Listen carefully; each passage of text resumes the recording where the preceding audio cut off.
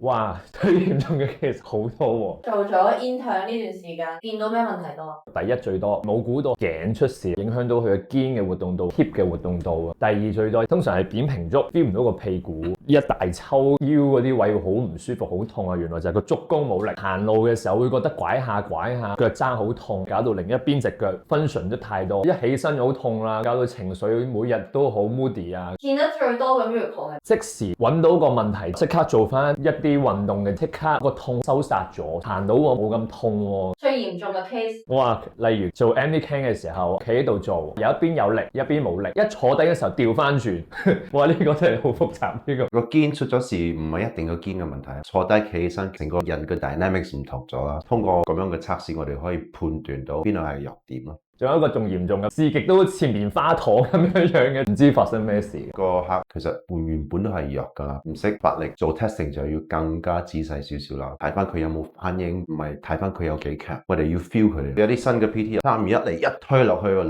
㗎啦，做乜嘢都係冇力㗎，對佢嚟講真係需要少少經驗嘅。